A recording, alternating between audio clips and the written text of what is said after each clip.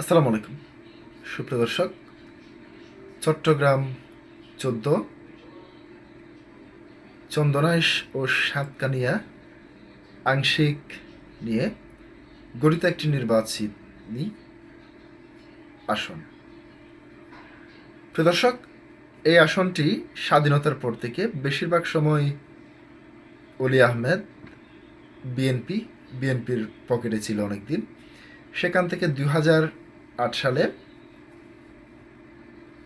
অলি আহমেদ যখন বিএনপি থেকে বের হয়ে নতুন রাজনৈতিক দল গঠন করে এলডিপি, ২০০৮ সালের নির্বাচনে আমরা দেখতে পেয়েছি এই আসনটি অলি আহমেদের পকেটে ছিল। সারা বাংলাদেশে মিলে তিনি এলডিপির পক্ষ থেকে ওই আসনটি থেকে নির্বাচন করেন এবং সে আসনে তিনি জয়লাভ করেন। এরপর ২০১৪ থেকে শুরু করে ২০২৪ সর্বশেষ যে নির্বাচন, সেই নির্বাচনগুলিতে এই আসনটি আওয়ামী লীগের সংসদ সদস্য প্রার্থী আলহাজ নজরুল ইসলামের অর্থাৎ আওয়ামী লীগের দখলে যায়। এরপর গণ অভ্যুত্থানের পর এই আসনটি নিয়ে সবচেয়ে বেশি আলোচনা এবং সমালোচনা দেখা দিয়েছে। এর কারণটি হচ্ছে, আপনারা জানেন এলডিপি বিএনপি নেতৃত্বাধীন একটি জোটে ছিল।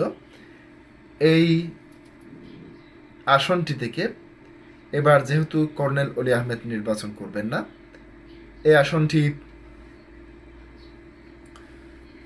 থেকে বিএনপি কিংবা ১৮ দলের প্রার্থী হিসেবে তার ছেলের নাম ঘোষণা করে, তার ছেলে অধ্যাপক ওমর ফারুকের নাম ঘোষণা করে এবং তার পাশাপাশি এখানে মোমবাতি প্রতীক অর্থাৎ আহলে সুন্নাত ওয়াল জামাতের যিনি প্রার্থী রয়েছেন আলহাজ মাওলানা সুলাইমান ফারুকী, তিনি তিনবারের সাবেক উপজেলা ভাইস চেয়ারম্যান ছিলেন। এর পাশাপাশি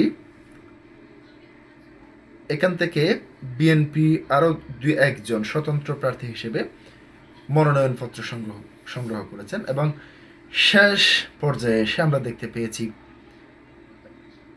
বিএনপি যেই ব্যক্তিটিকে মনোনয়ন দিয়েছে সেটি হচ্ছে, তিনি আওয়ামী লীগের সময় যে ব্যক্তিটির সবচেয়ে বেশি ছবি ভাইরাল হয়েছিল, তৎকালীন স্বরাষ্ট্রমন্ত্রী আসাদুজ্জামান খানের সাথে। তার পাশাপাশি তিনি ২০১৮ এবং ২০২৪ নির্বাচনে যতগুলি নির্বাচন হয়েছে শেখ হাসিনা সরকারের সময়, প্রত্যেকটি নির্বাচনে আওয়ামী লীগের প্রার্থীর পক্ষে থাকতে আমরা দেখতে পেয়েছি। প্রিয় দর্শক, এবার সেই জসিম উদ্দিনকেই শেষ পর্যন্ত বিএনপি মনোনয়ন দিল। বিএনপির এত হাজার হাজার কিংবা যারা দুঃসময়ে যারা ত্যাগী নেতা ছিলেন তাদেরকে মনোনয়ন না দিয়ে সুবিধাবাদী জসিম উদ্দিনকেই মনোনয়ন দিয়েছে বিএনপি। এই ধরনের একটি নিউজ করেছে। সেই নিউজে বলা হয়েছে চট্টগ্রাম ১৪ আসনে বিএনপির প্রার্থী আওয়ামী লীগ সংশ্লিষ্ট ব্যবসায়ী জসিম উদ্দিন। সেই পোস্টে কি লিখেছেন কিংবা সেই এতে প্রথম আলো কি লিখেছে সেটি আপনাদের সামনে একটু তুলে ধরছি।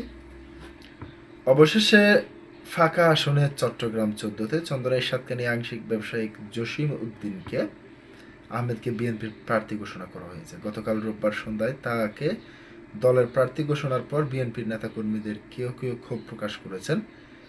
তাদের অভিযোগ, জসিমের সঙ্গে ক্ষমতাচ্যুত আওয়ামী লীগ সরকারের বিভিন্ন মন্ত্রী ও পুলিশের ঊর্ধ্বতন কর্মকর্তাদের সঙ্গে সখ্যতা ছিল। বিগত আওয়ামী লীগ সরকারের বিভিন্ন মন্ত্রী ও পুলিশের ঊর্ধ্বতন কর্মকর্তাদের সঙ্গে থাকা জসিম উদ্দিনের বিভিন্ন ছবি সামাজিক যোগাযোগ মাধ্যমে ফেসবুকে ছড়িয়ে পড়ে এবং ২০২৪ সালে মে মাসে অনুষ্ঠিত উপজেলা পরিষদ নির্বাচনের স্বতন্ত্র প্রার্থী হিসেবে তিনি চেয়ারম্যান নির্বাচিত হন। গত বছরের ৪ ডিসেম্বর বৈষম্য বিরোধী আন্দোলনের সময় রাজধানীর বাড্ডায় একটি হত্যা চেষ্টা মামলায় গ্রেপ্তার হয়ে কারাগারে ছিলেন তিনি।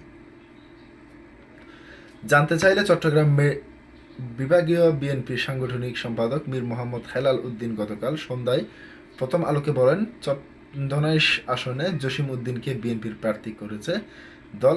এক প্রশ্নের উত্তরে তিনি বলেন, দলে জসিমের কোনো পদ নেই। আওয়ামী লীগের সঙ্গে জসিমের সংশ্লিষ্টতা নেই বলেও তিনি উল্লেখ করেন। চট্টগ্রামের 15টি উপজেলা এবং 34টি থানা নিয়ে 16টি সংসদীয় আসন। এর মধ্যে নগরের 16টি থানা এলাকায় আসন রয়েছে 4টি এবং অন্য 12টি আসনের মধ্যে 7টি উত্তর চট্টগ্রাম এবং 5টি দক্ষিণ চট্টগ্রামের। প্রিয় দর্শক, শেষ পর্যন্ত দেখার বিষয়, এই আসন থেকে বিএনপি প্রার্থী মনোনীত জয়লাভ করেন নাকি কর্নেল অলি আহমেদের ছেলে অধ্যাপক ওমর ফারুক জয়লাভ করেন, নাকি শেষ পর্যন্ত মোমবাতি থেকে মাওলানা সুলাইমান ফারুকী জয়লাভ করেন। প্রিয় দর্শক, আজকে পর্যন্তই। আসসালামু আলাইকুম।